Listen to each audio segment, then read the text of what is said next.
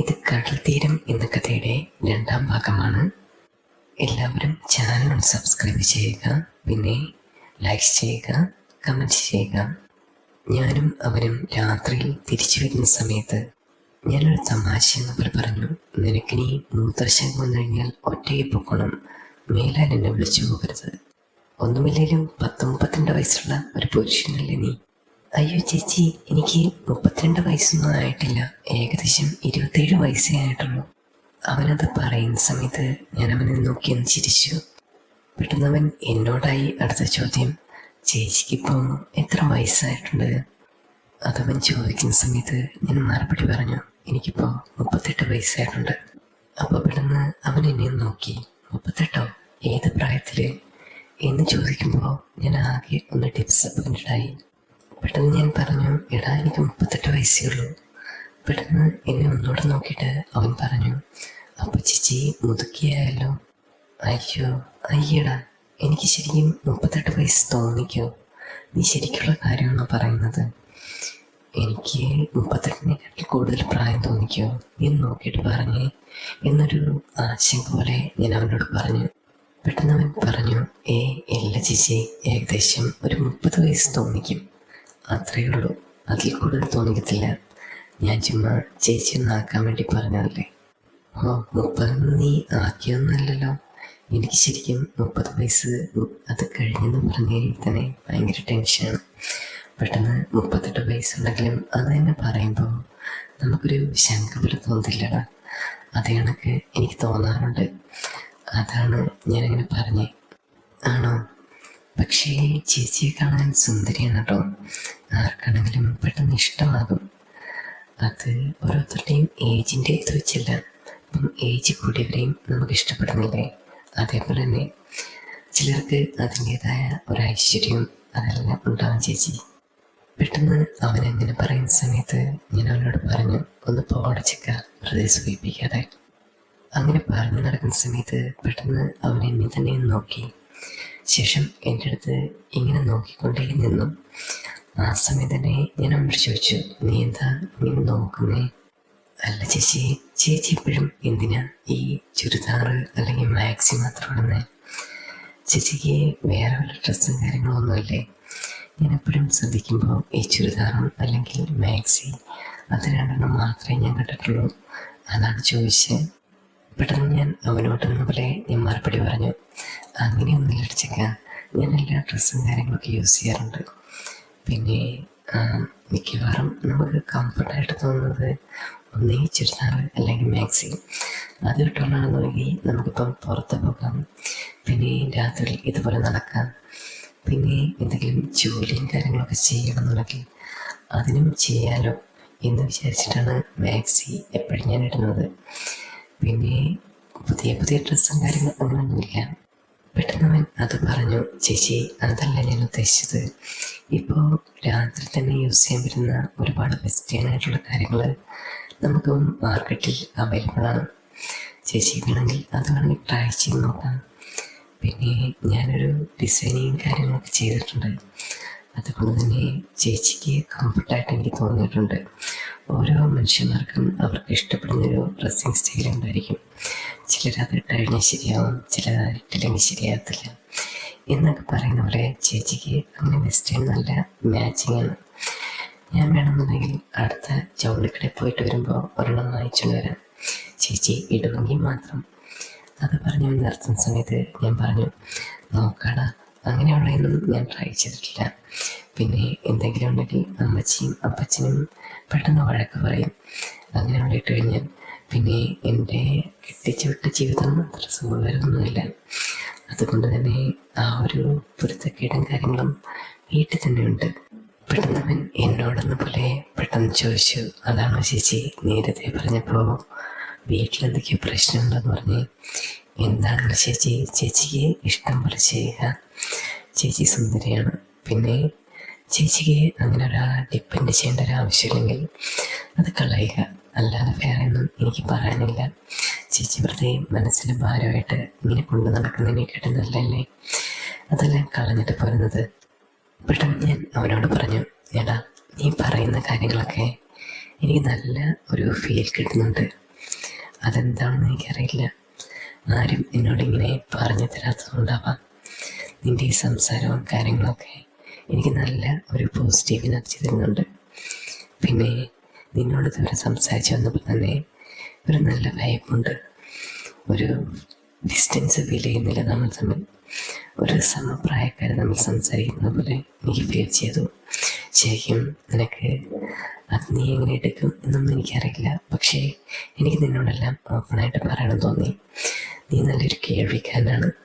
അതുപോലെ തന്നെ നീ ഒരു നല്ല അഡ്വൈസറാണ്. പിന്നെ നീ അഡ്വൈസ് എന്ന് പറയുന്ന കാര്യം വേണ്ടണ്ട. എനിക്ക് ചില സമയത്ത് ഇഷ്ടപ്പെടത്തില്ല നിൻ്റെ അഡ്വൈസ്.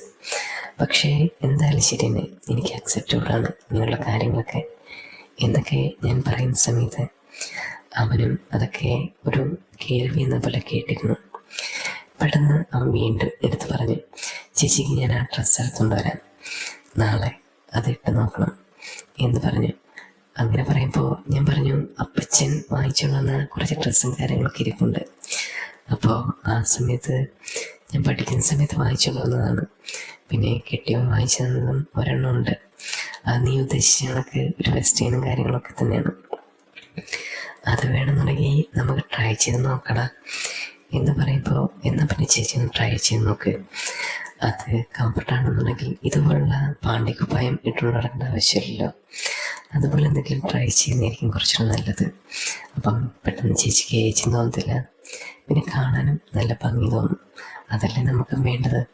എന്നാൽ പിന്നെ ആ ഒരു ഡ്രസ്സ് ഇപ്പം തന്നെ ഇട്ട് നോക്കിയാലോ എന്നൊരാശയം പെട്ടെന്ന് വന്നു. അതവൻ പറഞ്ഞത് തന്നെയാണ്. പെട്ടെന്ന് അത് പറഞ്ഞ സമയത്ത് ഞാനൊന്ന് പരിഭ്രമിച്ചു.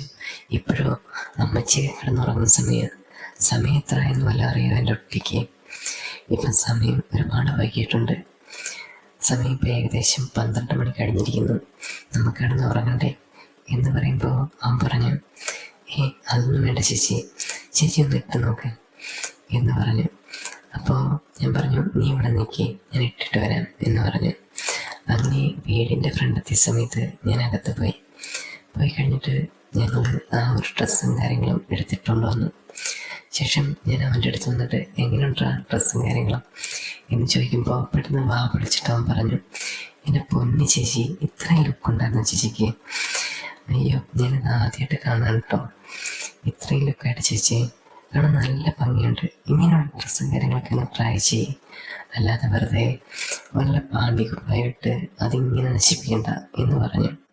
പെട്ടെന്ന് തന്നെ ഞാൻ അവനോട് പറഞ്ഞു, എടാ എനിക്ക് നല്ല ഉറക്കം പറ്റുന്നുണ്ട്, ഇതിങ്ങനെ നിന്ന് കഴിഞ്ഞാൽ ഉറക്കവും കാര്യങ്ങളും നടക്കത്തില്ല, നീ വന്നേ എന്ന് പറഞ്ഞിട്ട് ഞാൻ അവനുമായിട്ട് മുറിയിലേക്ക് പോയി. ശേഷം അവൻ താഴെ കിടന്നു, ഞാൻ മുകളിലും. പെട്ടെന്ന് അവൻ താഴെ കിടന്നുകൊണ്ട് തന്നെ എൻ്റെ അടുത്ത് പറഞ്ഞു, ചേച്ചി ഇപ്പം നല്ല ലുക്കുണ്ട് കേട്ടോ, ഞാൻ കളിയാക്കിയോ അല്ലെങ്കിൽ ആക്കിയോ പറഞ്ഞതല്ല. ഒരു പക്ഷേ ചേച്ചി ഡ്രസ്സ് ഇട്ടുകൊണ്ട് സ്വന്തം വീട്ടിൽ ഹസ്ബൻഡിൻ്റെ അടുത്തൊക്കെ പോയി കഴിഞ്ഞാൽ പിന്നെ പ്രശ്നങ്ങളൊന്നും ഉണ്ടാവില്ല എന്നെനിക്ക് തോന്നുന്നു. കാരണം അവർക്കൊക്കെ ഇഷ്ടപ്പെടുന്ന കാര്യങ്ങളാണല്ലോ ഇത്. പിന്നെ ഭർത്താവ് വാങ്ങിച്ചിരുന്ന ഡ്രസ്സ് അത് ചേച്ചി ഇട്ടുകൊണ്ടിരുമ്പം അയാൾക്കും അതിൻ്റെ ഒരു സംതൃപ്തി കിട്ടും. അത് ചേച്ചിക്ക് അറിയാമല്ലോ. അത് ചോദിക്കുമ്പോൾ പെട്ടെന്ന് ഞാൻ പറഞ്ഞു, അതൊന്നും ഇനി ശരിയാവില്ലടാ, അയാളുമായിട്ട് എനിക്കൊരിക്കലും പൊരുത്തപ്പെട്ട് പോകാൻ പറ്റില്ല. അതുകൊണ്ട് തന്നെയാണ് ഞാൻ ഇങ്ങോട്ട് വന്നത്. ഇനി എന്തൊക്കെയാണെങ്കിലും ഒറ്റയ്ക്കുള്ളൊരു ജീവിതം അത് തന്നെയാണ് ഞാൻ ആഗ്രഹിക്കുന്നത്. പിന്നെ എന്തിനും സപ്പോർട്ടായിട്ട് അങ്ങനെ ആരെങ്കിലും ഉണ്ടെങ്കിൽ ആ ആളുമായിട്ട് ഇങ്ങനെ അഡ്ജസ്റ്റ് ചെയ്ത് പോകാം, അത് മാത്രമേ എൻ്റെ ലൈഫിലുള്ളൂ. പെട്ടെന്ന് അവൻ എന്നോട് ചോദിച്ചു, ചേച്ചിക്ക് എങ്ങനെയുള്ള ആൾക്കാരെ ഇഷ്ടം? മീൻസ് നമുക്ക് എല്ലാം സംസാരിക്കുന്ന ആൾക്കാരാണോ അതോ എന്നെ പോലെയാണോ, എങ്ങനെയൊക്കെയാണ് ഒന്ന് പറയാമോ എന്ന് പെട്ടെന്ന് പറയുന്ന സമയത്ത് ഞാൻ പറഞ്ഞു, എനിക്ക് അങ്ങനെയൊന്നുമില്ല, എന്നെ മനസ്സിലാക്കുന്ന എന്നെ അറിയുന്ന ഒരാളാണെന്നുണ്ടെങ്കിൽ അത്രയും നല്ലത്, അത് മാത്രമേ എൻ്റെ മനസ്സിലേക്കുള്ളൂ. ഇപ്പോൾ നീ എന്നെ കേട്ടിരുന്നില്ലേ, അതുപോലെ ആരെങ്കിലുമൊക്കെയാണ് നമ്മൾ കേൾക്കാൻ ആരെങ്കിലും വേണം, അത് തന്നെയല്ലേടാ ഏറ്റവും നല്ലത്. പെട്ടെന്ന് അവൻ പറഞ്ഞു, ആ ചേച്ചി പറഞ്ഞത് ശരിയാണ്, അങ്ങനെ ഒരാൾ ചേച്ചിയുടെ ലൈഫിലേക്ക് വന്നെങ്കിൽ ചേച്ചിയുടെ എല്ലാ പ്രശ്നങ്ങളും മാറും. ഇപ്പോൾ എന്നെപ്പോലെ ഒരാൾ അതൊക്കെയാണെന്നുണ്ടെങ്കിൽ ചേച്ചിക്ക് നല്ലത് തന്നെയായിരിക്കും. പെട്ടെന്ന് ഞാൻ അവനോട് പറഞ്ഞു, നമ്മൾ തമ്മിൽ പ്രായ വ്യത്യാസം ഒരുപാടുണ്ട്, അല്ലെങ്കിൽ നിന്നെപ്പോലെ ഒരാൾ അല്ലെങ്കിൽ നിന്നെ തന്നെ മതിയായിരുന്നു എന്ന് പറയുന്ന സമയത്ത് പെട്ടെന്ന് അവൻ എഴുന്നേറ്റ് ചോദിച്ചു, സത്യമാണ് ചേച്ചി പറയുന്നത്? ആണോ എന്നൊക്കെ ചോദിക്കുമ്പോൾ ഞാൻ പറഞ്ഞു ആടാ സത്യമായിട്ട് ഞാൻ പറഞ്ഞതാണ്, അങ്ങനെയൊക്കെ മനസ്സിലാക്കുന്ന ഒരാളാണെങ്കിൽ ഓക്കെയാണ് എന്ന് പറയുമ്പോൾ അവൻ പറഞ്ഞു ഭാഗ്യം, എൻ്റെ അടുത്ത് ആദ്യമായിട്ടാണ് ഇങ്ങനെ ഒരാൾ പറയുന്നത് എൻ്റെ ആ ഒരു ക്യാരക്ടറിനെയും കാര്യങ്ങളും. പെട്ടെന്ന് ഞാൻ അവനോട് ചോദിച്ചു, നിനക്ക് പ്രേമമൊന്നും ഉണ്ടായിട്ടില്ലേ, നീ ഇങ്ങനെ സിംഗിൾ പേഴ്സൺ കേട്ട് നടന്നാൽ മതിയോ എന്ന് പറയുമ്പോൾ അവൻ പറഞ്ഞു എനിക്ക് പ്രേമമൊക്കെ ഉണ്ടായിട്ടുണ്ട്, പക്ഷേ ഇത്രയും സപ്പോർട്ട് ചെയ്ത് ചേച്ചിയെ പോലെ ആരും പറഞ്ഞു തന്നിട്ടില്ല. അതുകൊണ്ടാണ് ഞാൻ പെട്ടെന്ന് അതിശയായിട്ട് പറഞ്ഞത്.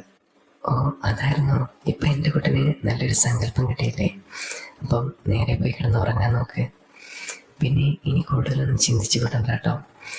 അപ്പോൾ നീ നന്നായിട്ട് കിടന്ന് ഉറങ്ങാൻ നോക്ക്, നല്ലൊരു കുട്ടി നിനക്ക് വരും എന്നെ പോലെ എന്ന് പറഞ്ഞു. അപ്പോൾ പെട്ടെന്ന് അവൻ തന്നെ പറഞ്ഞു, പെട്ടെന്ന് ഇങ്ങനെ ഡിസ്റ്റൻസിൽ നമുക്ക് ജനിക്കണ്ടായിരുന്നല്ലേ, നമുക്ക് കുറച്ച് നേരത്തെ ഞാൻ ജനിച്ചായിരുന്നെങ്കിൽ അത്രയും നല്ലതായിരുന്നേനെ അല്ലേ ചേച്ചി. അവനത് പറയുമ്പോൾ പെട്ടെന്ന് ഞാൻ പറഞ്ഞു ഓവ നീ കിടന്ന് ഉറങ്ങാൻ നോക്കി എൻ്റെ കുട്ട. അപ്പോൾ സമയം എന്തായെന്നറിയാമോ, ഏകദേശം 1 മണിയാവാറായി നമ്മൾ സംസാരിച്ചു വന്നു.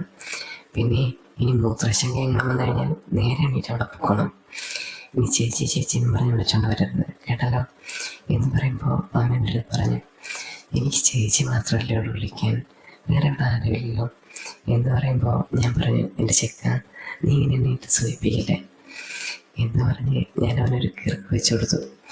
അങ്ങനെ പറഞ്ഞ് ആള് നന്നായിട്ട് കിടന്നുറങ്ങിപ്പോയി. ആ സമയത്ത് ഞാനൊന്ന് വിളിച്ചു നോക്കി, എടാ നീ ഉറങ്ങിയോ? പെട്ടെന്ന് പറഞ്ഞു ഞാൻ ഉറങ്ങാൻ പോയച്ചി, നല്ല ക്ഷീണമൊന്നും തോന്നുന്നു, ഞാൻ ഒന്ന് കിടന്നു നോക്കട്ടെ എന്ന് പറഞ്ഞു. എടാ നീ സംസാരിക്കുമ്പോൾ നല്ല ഭംഗിയുണ്ട് കേട്ടോ എന്നൊക്കെ പറയുമ്പോൾ അവൻ പറഞ്ഞു നാളെ ഇനി സംസാരിച്ചു തരാം ചേച്ചി എന്ന് പറഞ്ഞ് ഞാനും അവനും കൂടെ ഒന്ന് ചിരിച്ചതിന് ശേഷം അവൻ തന്നെ കയറി കിടന്നു. അങ്ങനെ ആ ഒരു സമയം അങ്ങനെ കടന്നുപോയി. രാത്രി ഒരു പോസിറ്റീവ് എനർജി പോലെ എനിക്ക് ഫീൽ ചെയ്തു, നല്ലൊരു മൊമെൻറ്റും കാര്യങ്ങളുമായിരുന്നു അത്. അങ്ങനെ ഈ ഒരു കഥയുടെ എല്ലാവർക്കും ഇഷ്ടപ്പെട്ടു എന്ന് വിശ്വസിക്കുന്നു. നിങ്ങൾ ഇഷ്ടപ്പെട്ടാൽ ലൈക്ക് ചെയ്യുക, സബ്സ്ക്രൈബ് ചെയ്യുക, എന്തെങ്കിലും ഉണ്ടെങ്കിൽ കമൻറ്റ് ചെയ്യുക, പിന്നെ എന്നെ സപ്പോർട്ട് ചെയ്യാൻ മറക്കരുത്. ഇനി ഇതിൻ്റെ അടുത്ത ഭാഗമായിട്ട് ഞാൻ വരുന്നതായിരിക്കും, മറക്കില്ല. എല്ലാവർക്കും ശുഭരാത്രി.